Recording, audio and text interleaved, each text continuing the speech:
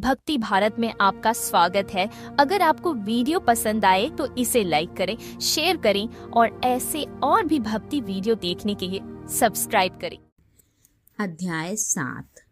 चित्रगुप्त ने उन दोनों के कर्मों की आलोचना करके दूतों से कहा कि बड़े भाई कुंडल को घोर नरक में डालो और दूसरे भाई विकुंडल को स्वर्ग में ले जाओ, जहां उत्तम भोग। तब एक दूत को कुंडल को नरक में फेंकने के लिए गया और दूसरा दूत बड़ी नम्रता से कहने लगा कि हे विकुंडल, चलो तुम अच्छे कर्मों से स्वर्ग को प्राप्त होकर अनेक प्रकार के भोगों को भोगो।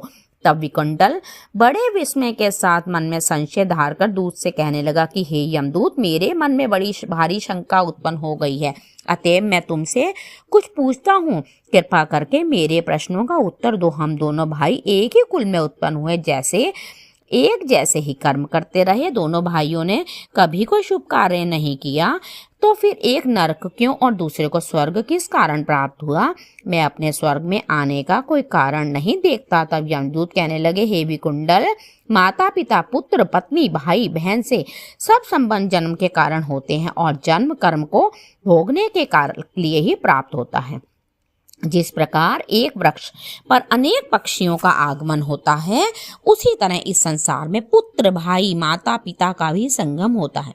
इनमें से जो जैसे कर्म करता है वैसा ही फल भोगता है। तुम्हारा भाई अपने पाप कर्मों से नरक में गया, तुम अपने पुण्य कर्म के कारण स्वर्ग में जा रहे हो। तब विकुंडल ने आश्चर्य से पूछा कि मैंने तो आज जन्म कोई धर्म का कार्य नहीं किया, सदैव पापों में ही लगा रहा।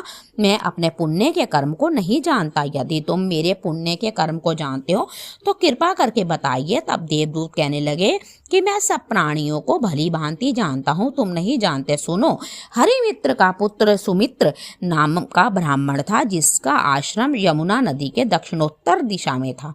उसके साथ जंगल में तुम्हारी मित्रता हो गई और उसके साथ तुमने 2 बार माघ मास में श्री यमुना जी में स्नान किया था। पहली बार स्नान करने से तुम्हारे सब पाप नष्ट हो गए और दूसरी बार स्नान करने से तुमको स्वर्ग प्राप्त हुआ। सो हे वैश्यवर, तुमने 2 बार माघ मास में स्नान किया, इसी के पुण्य के फल से तुमको स्वर्ग को प्राप्त हुआ और तुम्हारा भाई नरक को प्राप्त हुआ। दत्तात्रेय जी कहने लगे, इस प्रकार वह भाई के दुखों से अति दुखित होकर नम्रता पूर्वक मीठे वचनों से दूतों से कहने लगा कि हे दूतों, सज्जन पुरुषों के साथ 7 पग चलने से मित्रता हो जाती है और यह कल्याणकारी होती है। मित्र प्रेम की चिंता न करते हुए तुम मुझको इतना बताने की कृपा करो कि कौन से कर्म से मनुष्य यमलोक को प्राप्त नहीं होता, क्योंकि ये तुम सर्वज्ञ हो।